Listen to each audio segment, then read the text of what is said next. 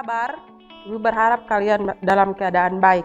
Hari ini kita akan mempelajari sebuah topik dalam pelajaran hari ini, yaitu suhu dan perubahannya.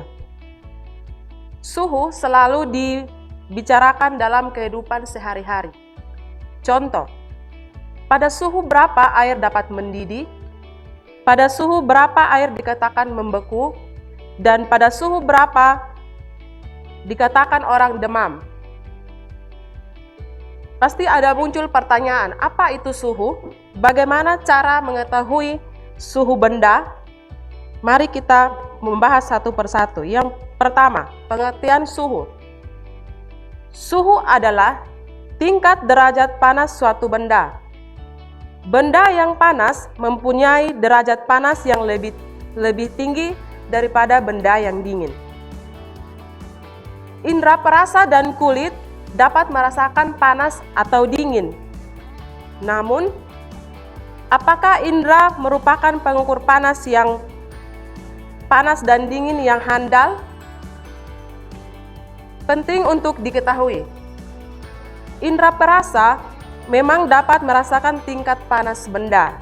Akan tetapi, indera perasa bukan pengukur tingkat panas yang handal. Benda yang tingkat panasnya sama dirasakan berbeda oleh tangan kanan dan tangan kirimu. Bahkan dirasakan berbeda oleh tangan orang yang satu dengan yang lain. Jadi, suhu benda yang dihasilkan oleh indera perasa menghasilkan ukuran suhu yang kualitatif yang tidak dapat dipakai sebagai acuan. Suhu harus diukur secara kuantitatif dengan menggunakan alat ukur yang disebut termometer. Mengapa harus menggunakan termometer? Tujuannya agar siapapun yang mengukur suhu dapat menghasilkan hasil pengukuran yang sama. Yang berikut anak-anak adalah jenis termometer. Yang pertama, termometer zat cair. Yang kedua, ada termometer bimetal, dan yang ketiga ada termometer kristal cair. Yang pertama, termometer zat cair. Secara umum, benda-benda di alam akan memuai atau bertambah besar ukurannya jika suhunya naik. Kenyataan ini dimanfaatkan untuk membuat termometer zat cair. Zat cair yang digunakan untuk mengisi termometer yaitu alkohol dan raksa. Raksa sendiri memiliki keistimewaan, yaitu yang pertama, warnanya mengkilap. Yang kedua, raksa cepat bereaksi terhadap perubahan suhu. Selain itu, raksa juga membeku pada suhu rendah, yaitu minus 38 derajat Celcius. Dan raksa bisa mendidih pada suhu yang lebih tinggi, yaitu lebih dari 350 derajat Celcius.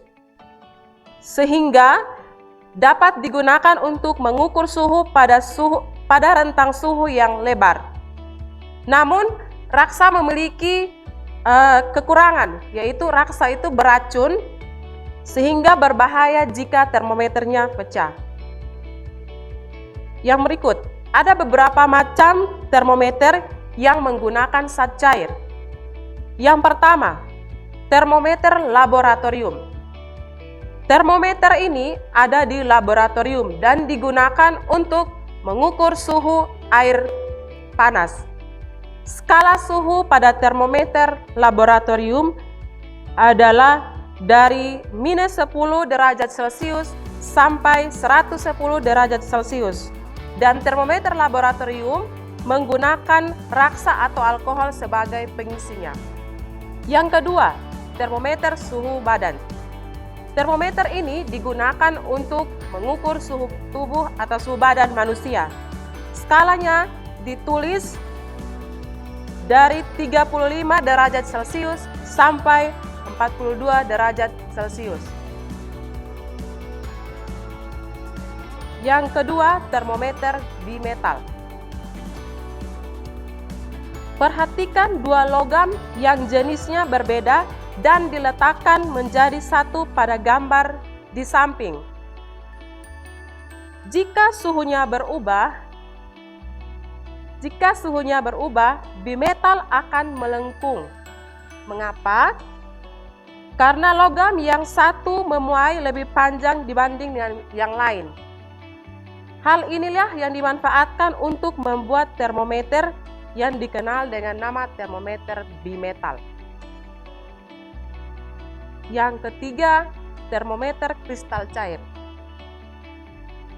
Pada termometer kristal cair, terdapat kristal cair yang warnanya dapat berubah jika suhu berubah. Kristal ini dikemas dalam plastik tipis untuk mengukur suhu tubuh manusia, suhu akuarium, dan sebagainya.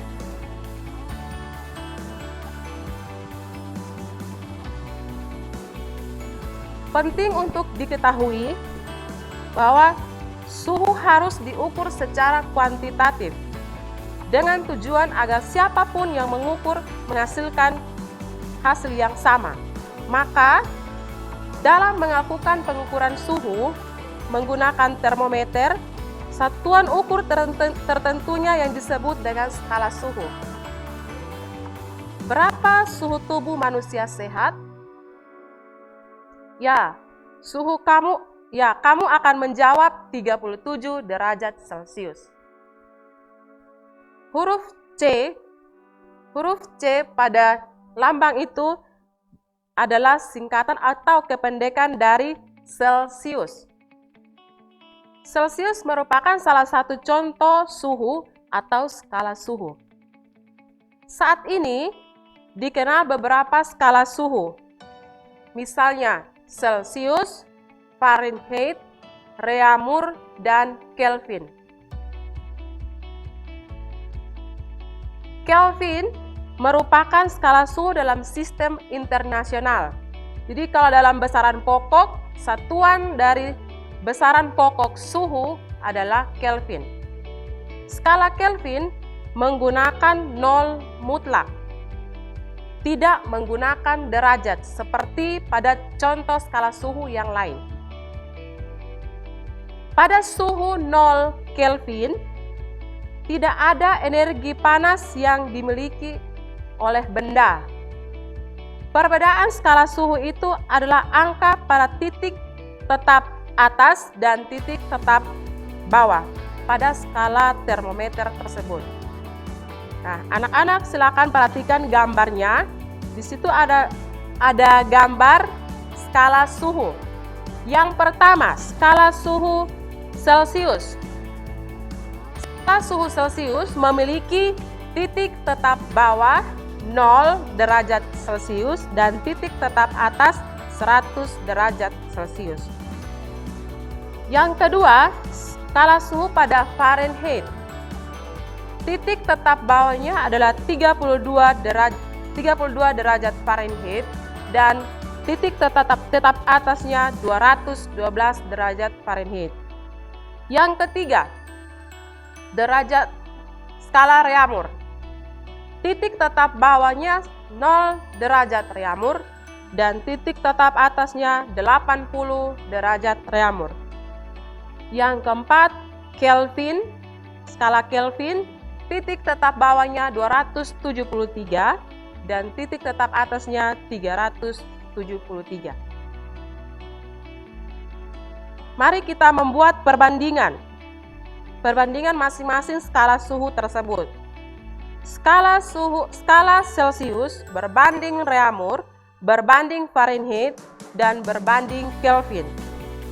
Masing-masing skala Kelvin terdiri dari 100 skala. Skala Reaumur terdiri dari 80 skala. Skala Fahrenheit terdiri dari 180 skala. Dan skala Kelvin terdiri dari 100 skala.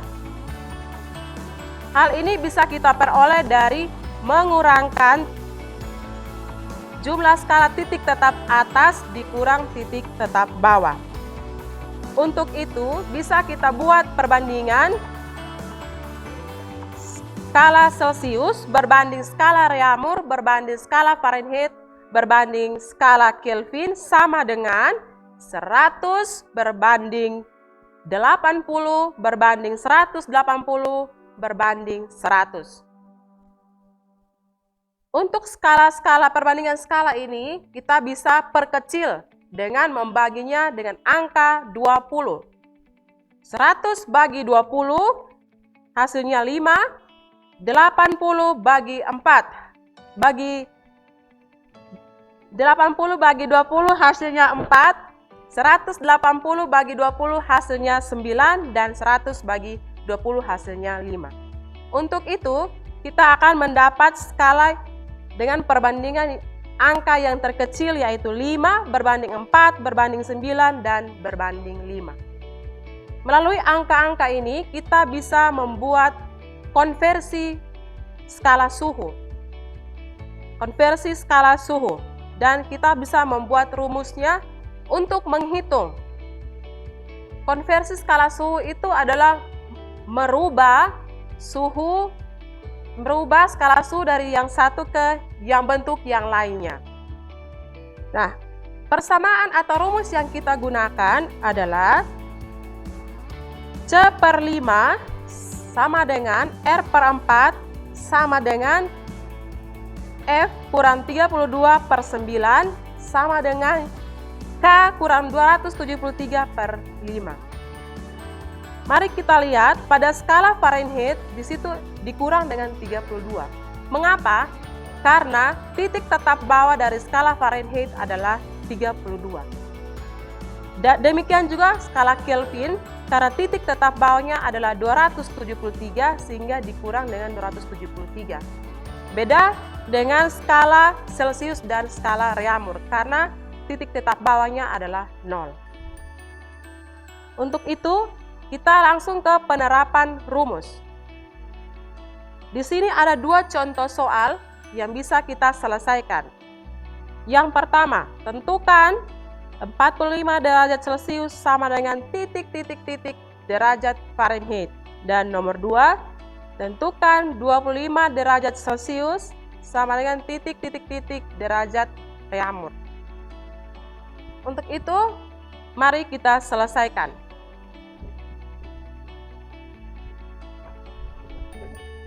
Untuk menyelesaikan soal ini, kita akan menggunakan rumus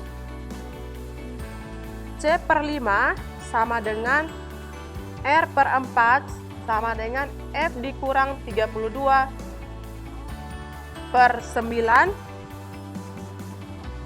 dan K dikurang 273/5. Soal nomor 1. 45 derajat Celcius sama dengan titik-titik derajat Fahrenheit. Maka yang kita pakai adalah tidak semuanya dipakai. Yang kita lihat adalah Celcius dan Fahrenheit. Maka rumus untuk nomor 1 yaitu C/5 sama dengan F dikurang 32/9. Yang berikutnya, C ini di sini angkanya 42. Maka langsung kita pasang, langsung ditaruh angka 45/5 sama dengan F dikurang 32/9. Kenapa di sini masih F? Karena yang kita cari adalah derajat Fahrenheit. Setelah ini kita kali silang. 5 kali dengan F dikurang 32 dan 45 dikali 45 kali 9.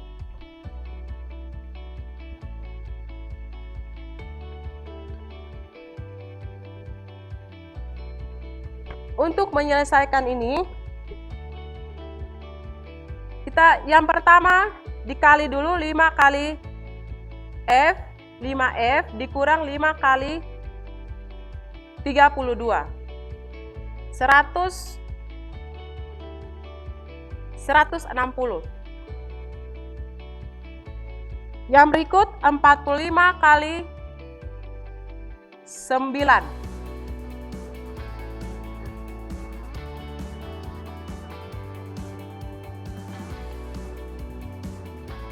405.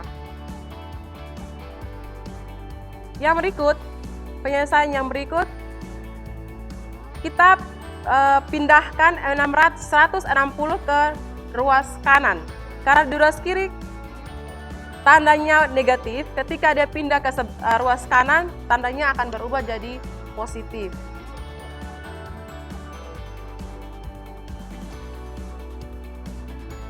.405 ditambah dengan 160, hasilnya adalah 565. Maka untuk derajat Fahrenheitnya diperoleh hasil 565 dibagi dengan 5. Hasilnya adalah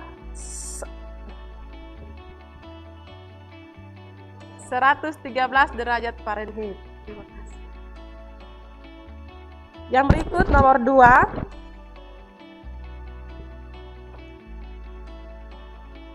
25 derajat Celcius sama dengan titik derajat Reaumur. Nah, masih menggunakan persamaan yang pertama, tetapi yang kita pakai adalah Celcius dan Reaumur. C/5 sama dengan R/4. Karena C-nya 25, maka 25 bagi caranya bisa kalian kali silang atau langsung membagikan 25 bagi 5.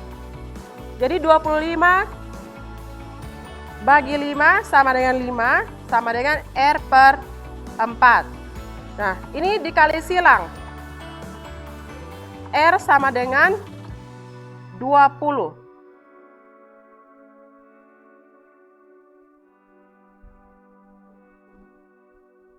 Baik, ini ada 2 contoh soal yang bisa kalian pelajari dan menjadi contoh penerapan untuk kalian ketika nanti ibu memberikan tugas. Terima kasih anak-anak, pertemuan hari ini cukup sampai di sini, sampai bertemu lagi di sub pokok bahasan yang berikutnya. Terima kasih dan selamat pagi.